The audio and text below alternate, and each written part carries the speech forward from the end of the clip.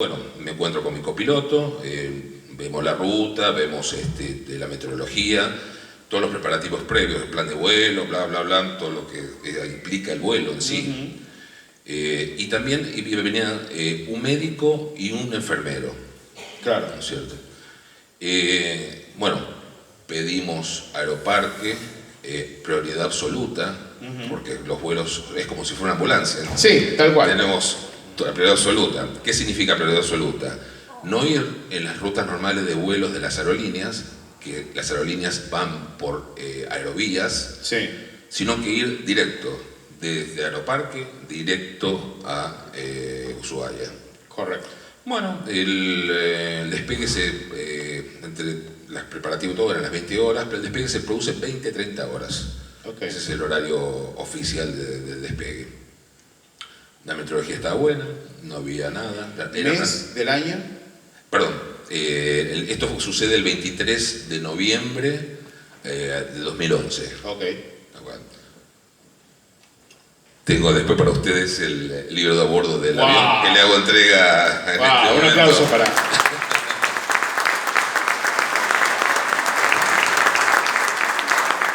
Ahí están los datos. El libro de a bordo se cuentan todos los datos del vuelo, los horarios, absolutamente todo. Para que pueda seguir la investigación, que eso es lo más importante.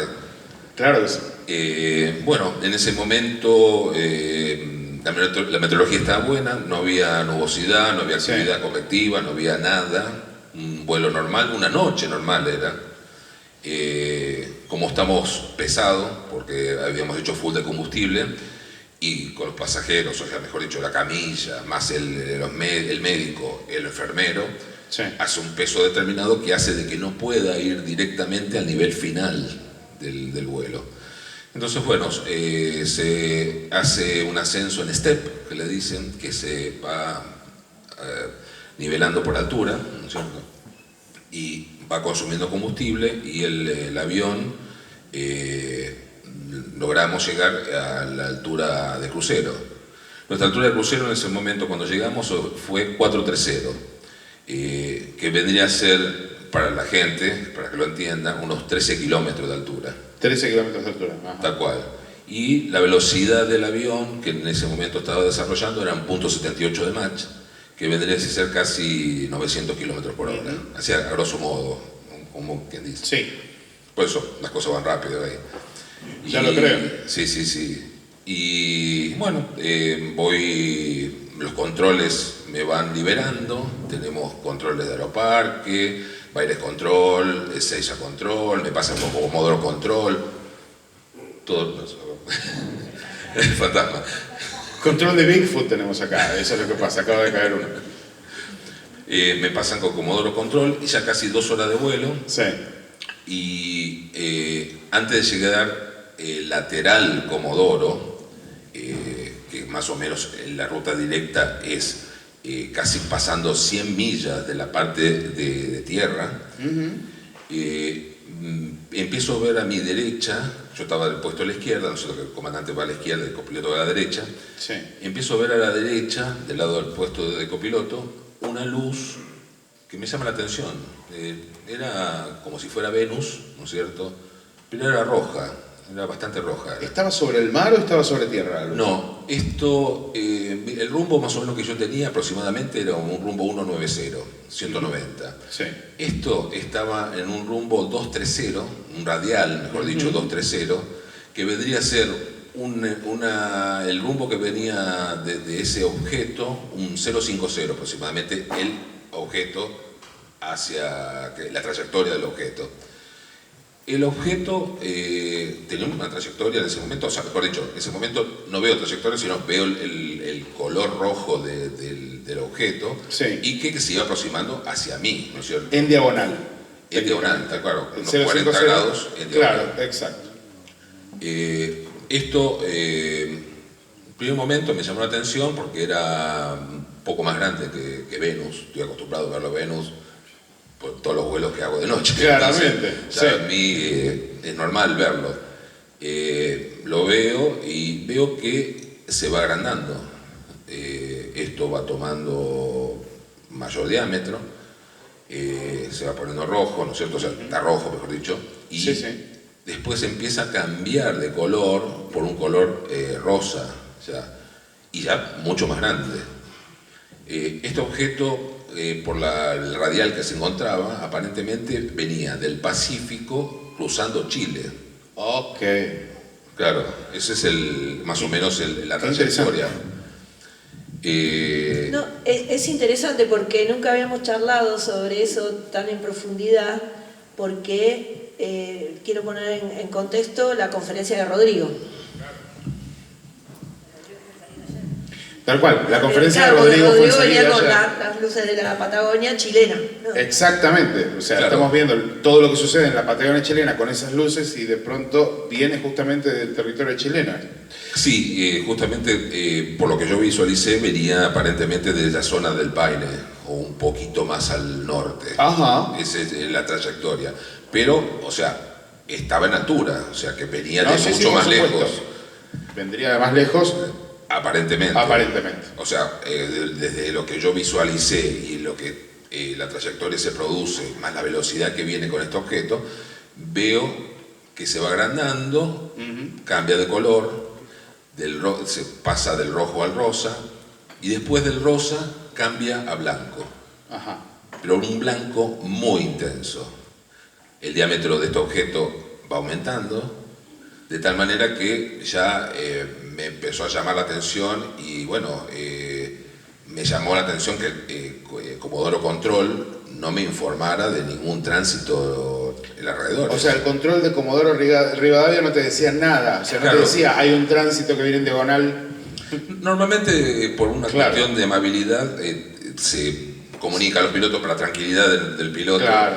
de que hay un tránsito que es esencial o hay un tránsito que está viniendo, y de esa manera uno tiene una tranquilidad, ¿no es cierto? De que sabe que De que sabes que estás ahí. Es como las señales que haces en la ruta cuando venís de noche, que se tirás una luz alta un poquito como para asegurarte que el otro te vio. Tal cual, para que no se tranquilice el piloto, en cierta manera. Sí, sí, sí. Y bueno, y la otra cosa es que cuando, por ejemplo, otra aeronave que está entrando a un espacio aéreo, generalmente hay una comunicación y yo estoy escuchando la Claro. comunicación. No hubo ninguna de las dos cosas. Entonces paso a comunicarme con Comodoro Control y le pregunto si tiene algún tránsito reportado ahí en la zona. Claro. Y me dice que no. Ok. Entonces, como bueno, me dijo que no, le informo a Comodoro, le digo, mire, tengo un tránsito al radial 230, aproximadamente calculo, porque no es difícil de poder calcular, que estará 10 niveles más arriba. Yo estaba 430 y este estaría 530, entre 500 y 550, vamos a poner un ejemplo. Ok. Alto, porque normalmente no hay ningún avión de línea volando A esa altura. ¿Por qué? Porque, como lo dije, el Liar es un avión que vuela a una altura, claro, una altura que está por arriba de la aviación comercial. O sea, ustedes ya están por arriba de lo normal y esto venía incluso más arriba. Más arriba. Entonces, o sea, avión conocido con esa altura no hay. A no ser que sea un fighter, un avión de combate. Claro. Pero bueno, no era, o sea, la característica de lo que estaba sucediendo no era... No correspondía no con correspondía. avión de combate, claro. No. Bueno, la luz cada vez se va agrandando más y de tal manera que era como si te apuntaran con un faro en los ojos y no había forma de poder ver el contorno de la luz. Wow. No se podía ver el contorno mismo de la luz. Como para decir, bueno, ¿qué tan grande es? Acá lo más raro de la cosa, que se llega a mi vertical y en ese momento se produce como, antes de llegar a la vertical, un descenso de velocidad que se mantiene en la vertical conmigo. Observo el objeto. Okay. Y lo primero que se me ocurre es hacerle por lo menos seña de luces, para ver si tengo una respuesta o algo. Claro. Por lo menos, no sé, Algo. lo mínimo. El LIDAR tiene una particularidad que para hacer las señas de luces de tren de aterrizaje no se puede hacer, porque tiene el tren, solamente cuando se baja el tren se puede prender las landing lights, que son las luces de tren de aterrizaje. Sí. Entonces, la única forma que puedo hacer señas de luces es a través de un tanque de combustible, un tip tank, Sí. se llaman, que está al lado derecho, y con eso puedo hacer señales. Ok. No pasó nada. No ¿Hiciste hubo, las señales y no hubo respuesta? no hubo respuesta. Ok. En ese interín, escucha también otra aeronave, una aerolíneas, que venía en sentido opuesto a mi trayectoria, Sí. y pregunta por esto, porque ellos habían salido de Gallegos y preguntaban dónde estaba ubicado, porque ellos estaban aparentemente, o sea, estaban muy lejos. La aerolíneas ¿El vuelo de aerolíneas entonces también lo ve? No. Él escucha. Claro, escucha toda la conversación que yo tengo con el control, Sí. me llama la atención, Claro. y el aerolíneas, ¿qué hace? Se comunica conmigo y me pide la ubicación de la aeronave. Mirá. O mejor dicho, de la aeronave, del objeto, ¿no es cierto? Sí, sí, sí. Y bueno, le doy la ubicación y ellos no logran verlo. No logran verlo. Wow. La trayectoria, bueno, en ese momento que se queda en la vertical, me acompaña unos 20 o 30 segundos. Ajá. Y en esos 20 o 30 segundos retoma su trayectoria original de los 0,50 grados, o para hacerlo más práctico, un noreste de ubicación. Claro. Y cuando me descuido es como se produce como un flash de una linterna en el cual desaparece a una velocidad, calculo que no sé, 10, 50 veces de lo que era. No puedo precisar. Y bueno, realmente fue muy impactante. O sea, tenerlo en la vertical, o sea, son los cambios de velocidades, ¿no es cierto? Sí. Del inicio, del momento que se para y hace como si fuera un zigzag, porque yo sigo una trayectoria, yo estoy con 900 km por hora. Sí, sí. Entonces, es venir, llegar, hacer como si fuera un zigzag y acompañarme y después volver de Y después nuevo. volver por donde venía. O Claro, sea, ir seguir el curso no hay- que traía. Tal cual, o sea, no hay ninguna aeronave que conozca Sí. que Que pueda puede hacer realizar. así, ¿no? O sea, hay un montón de cosas. A esas alturas también es muy difícil volar una aeronave, ¿no es cierto? La altura que tenía el objeto. Densidad del aire, por ejemplo. Claro, el aire es tan delgado que realmente es muy difícil de poder sustentar, ¿no es cierto?, una aeronave. Claro. Como lo explicó mi otro colega peruano, justamente que bueno, en su momento el avión se pone chancho, Claro. o cualquier objeto que conozcamos, que se complica demasiado poder mantenerlo en vuelo. Y si vos disminuyeras la velocidad, cualquier aeronave se cae. Se cae, Se claro. cae. No hay forma de que sustente. Claro. Entonces, fue algo que me impactó realmente. Es tremendamente interesante porque entonces, supongamos que el micrófono es el avión de ustedes y vos estás volando y ves llegar el aparato, ¿no? Sí. Lo ves llegar desde allí, desde el sudoeste.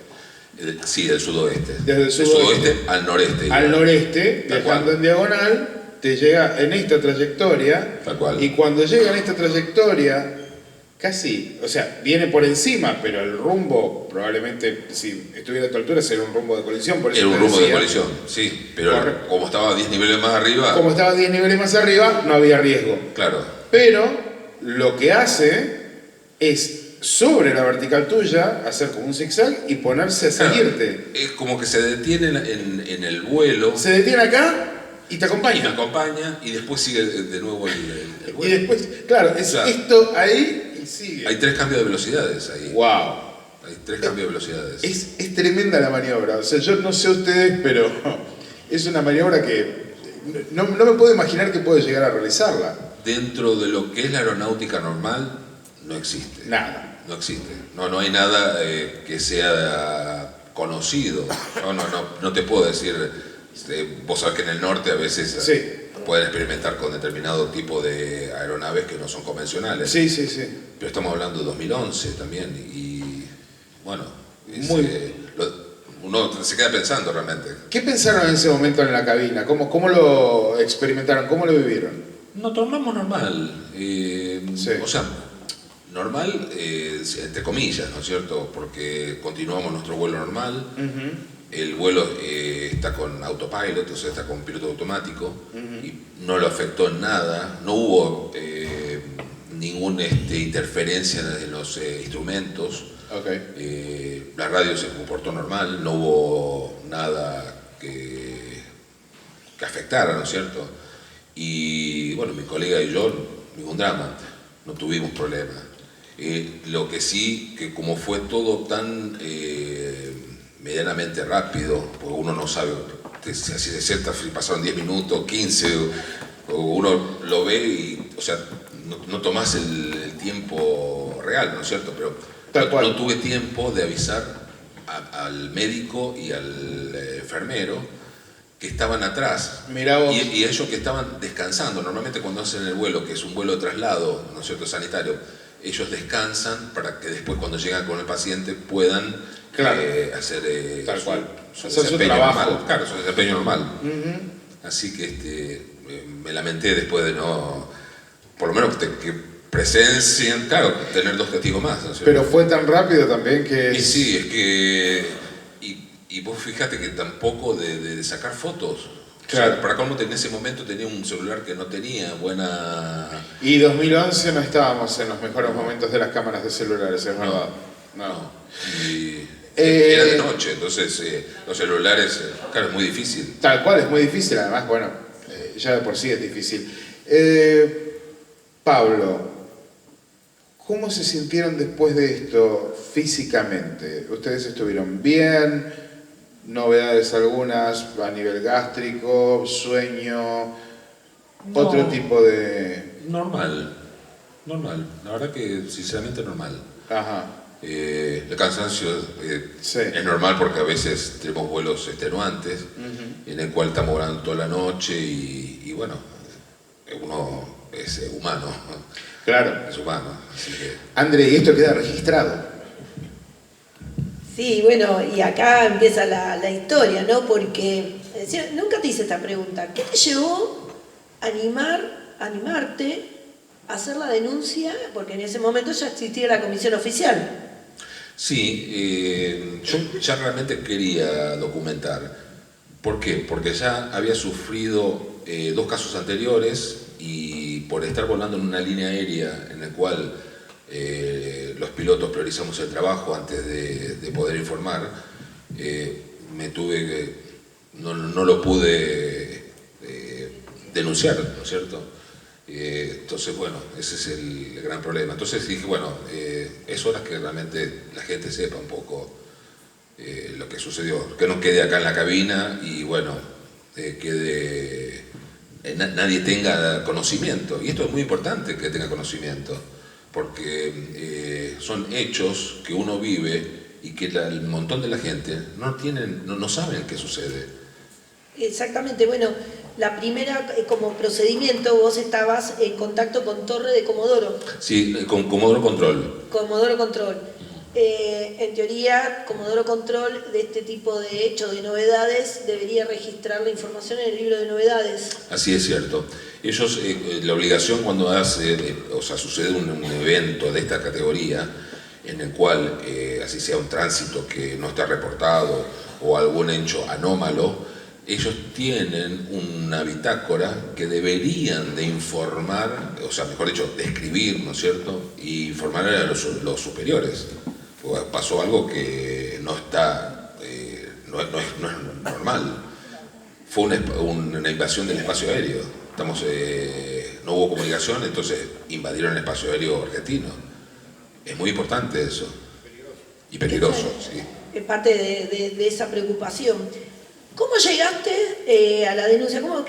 Esta parte también es como pintoresca, pero también importante, ¿no? ¿Cómo llegaste al contacto con, en ese momento, la comisión oficial? ¿A través del capitán Mojao? ¿Llamaste a la comisión? ¿Cómo fue eso? No me acuerdo bien en profundidad, pero me parece que en su momento había hablado con Mojao y él me orientó un poco y me nombró. Y creo que me dio el teléfono o me dio la persona que podía contactarme con vos. ¿Y te hiciste en persona, hiciste la denuncia o telefónicamente? No, la denuncia que fue en Fuerza Aérea fue personalmente. Personalmente. La comunicación con vos, bueno, fue... Está. Bárbaro, bueno, sí.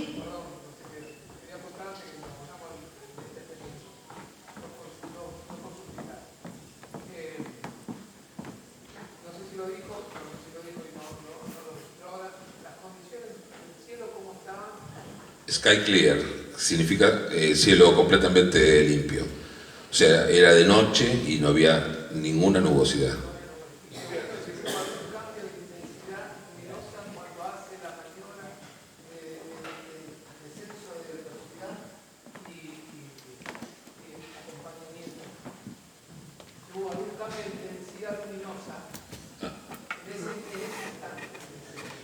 No, fue progresivo, o sea, el cambio de luz y demás fue junto con los cambios de velocidad. Pero ya cuando se produce el acercamiento a la vertical del avión, ya estaba con plena luminosidad blanca, que era imposible de poder verlo porque era tan potente la luz que no me dejaba ver los contornos de la aeronave o mejor dicho del objeto. Bueno, te quiero mostrar algo. ¿Reconoces esto? Sí. ¿Das por hecho que este es... En mi informe, sí. ¿Es tu informe? Sí. ¿Reconoces que este es el formulario que vos completaste, la carátula? Es correcto. Bueno, vamos a estar viendo por primera vez en público, y esto también es importante, este es el formulario que completó Pablo. Es el único que por lo menos salió de la comisión actual de la Fuerza Aérea, que se formó en el 2011 casualmente, así que debe haber sido uno de los primeros casos denunciados. Veamos algunas cosas, ¿no? Comisión, no sé cómo es esto, a ver. ¿Cuál prende la luz? El gaso. Ok, perdón, ahí va. Confidencial. Comisión de Estudios Aeroespaciales, bueno, este era el logo antiguo de la comisión, formulario de información técnica de estudios de fenómenos aeroespaciales no identificados, piloto Pablo Ducau, la aeronave con su matrícula. Es importante que veamos esto, este formulario nunca estuvo a disposición pública en la página. De hecho, si ustedes van ahora a la Fuerza Aérea van a encontrar un formulario que además es cambiado al formulario que sí existía pública también en esta época que Pablo hizo la denuncia, por lo cual lo primero que tenemos que decir que el formulario que estaba a disposición pública no era el mismo que completó Pablo.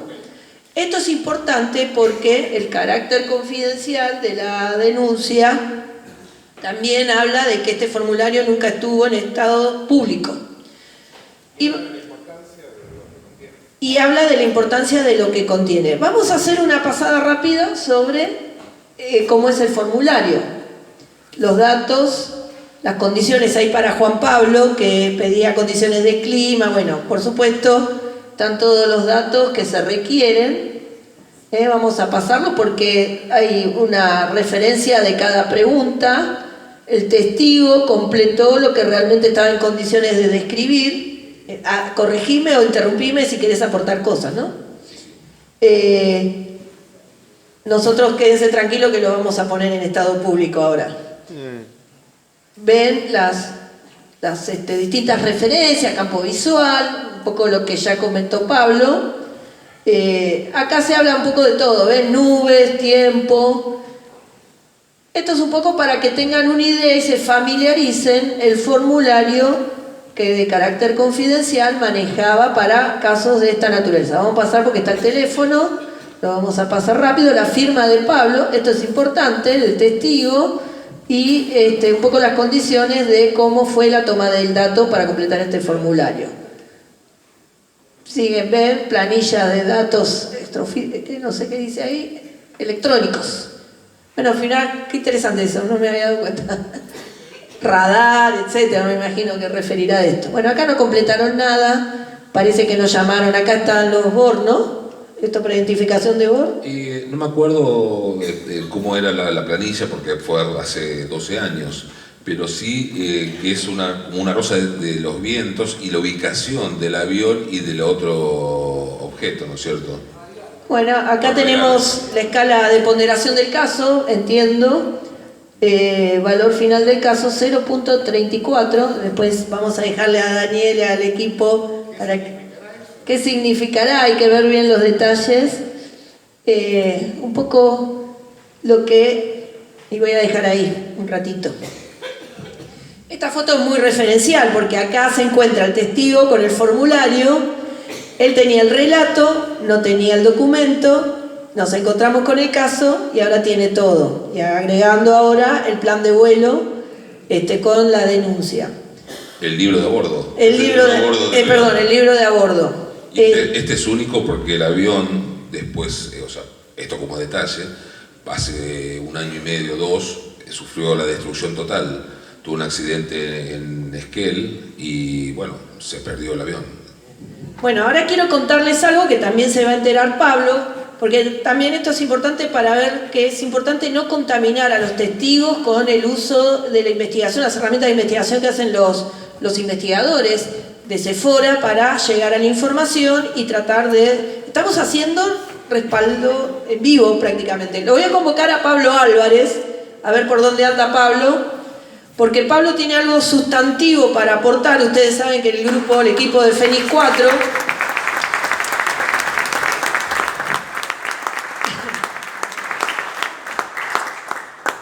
porque ahora te vamos a pasar el micrófono. El equipo de Fénix 4 hace la búsqueda de los expedientes vía la Ley de Acceso a la Información Pública. Pablo ha logrado una conexión muy interactiva, intensa con las autoridades de la Fuerza Aérea, del Ministerio de Defensa, y nos va a aportar una novedad respecto al documento, porque por supuesto toda la historia del principio, Fer, era extraoficial y requeríamos constatar. Así que le pido a Pablo que nos cuente un poco la segunda parte de la historia del documento. Que te contestaron que te lo habían destruido. Ah, sí, bien, era lo que estaba pensando. Bueno, el tema es que entre muchas de las comunicaciones que tenemos con la gente del CIAE, siempre, para nosotros es súper importante, siempre vía oficial, siempre lo hacemos vía trámites a distancia, que es una plataforma que dispone el gobierno, para que pidamos, mediante la Ley de Acceso a la Información Pública, como decían antes, toda información. Cabe aclarar que la Ley de Acceso a la Información Pública obviamente no se refiere solamente a una cuestión de ovnis y objetos voladores. Uno puede pedir absolutamente la información que quiera, desde qué presupuesto se está utilizando en vacunas o cuánto se gastó en la remodelación de la Casa de Gobierno, absolutamente todo. Y dentro de todo también está el tema fenómenos aéreos, encuentros cercanos o lo que uno quiera saber qué es lo que investigó el gobierno. Entonces, dentro de muchas de esas comunicaciones pedimos también el caso Bariloche y demás. Y empezamos a investigar las cosas quizá más pequeñas, como que, por ejemplo, el CIAE tiene una particularidad, que es que toma las denuncias, y para nosotros es un error, siempre y cuando estén avaladas por una fotografía o un video. Cosa que a veces es muy difícil, porque no todos tienen la posibilidad de sacar rápidamente un celular, o hoy en día que tenemos el celular en el bolsillo, pero hace 10 años para atrás no todos teníamos un celular en el bolsillo ni una cámara de fotos. Entonces respaldar esa denuncia con una fotografía o un video se hace muy difícil. Entonces le preguntamos, bueno, ¿qué sucede cuando un piloto de pronto se encuentra con un evento, lo denuncia y no tiene una fotografía o un video? La respuesta, palabras más, palabras menos, es que simplemente esa denuncia va al tacho de basura, así literalmente, pasa a destrucción. Le volvimos a preguntar, pero no hay aunque sea un archivo donde se guarde por las dudas, por si más adelante surge algún dato más que se pueda contrastar con lo que hay, etcétera, etcétera. Sobre todo porque hoy vivimos en una era digital, sería muy sencillo tener el formulario digital o tener un escaneo y guardar el archivo. Pues bien, el archivo no se guarda, la denuncia que llega sin fotografía y sin video simplemente pasa a destrucción. Esto Así. es lo que sucede en la oficina hoy por hoy. Esto es lo que sucede hoy por hoy en la oficina aquí en Argentina. O sea, que uno podría interpretar que las violaciones del espacio aéreo, si no están fotografiadas, si no tienen video, no sé, como A nadie le una interesa. estrella de televisión, son Prácticamente, descartadas. exactamente, No a nadie. existen. No se hace una evaluación de lo que decía recién Pablo, que es algo cruzó por nuestro espacio aéreo, es nuestro espacio aéreo soberano. Claro. Parece que a nadie le preocupa, simplemente pasa a destrucción. Esto es una opinión mía, ¿no? Y me hago cargo de mi opinión. A mí me da la sensación de que alguien me está haciendo su trabajo. Me da la sensación de que alguien me está haciendo su trabajo. Es incumplimiento de los deberes del funcionario público, Sí. porque quien está a cargo de la oficina, de la SIAE, es un funcionario público y tiene su trabajo que realizar, Sí. con el sueldo que le pagamos entre De todos. todos.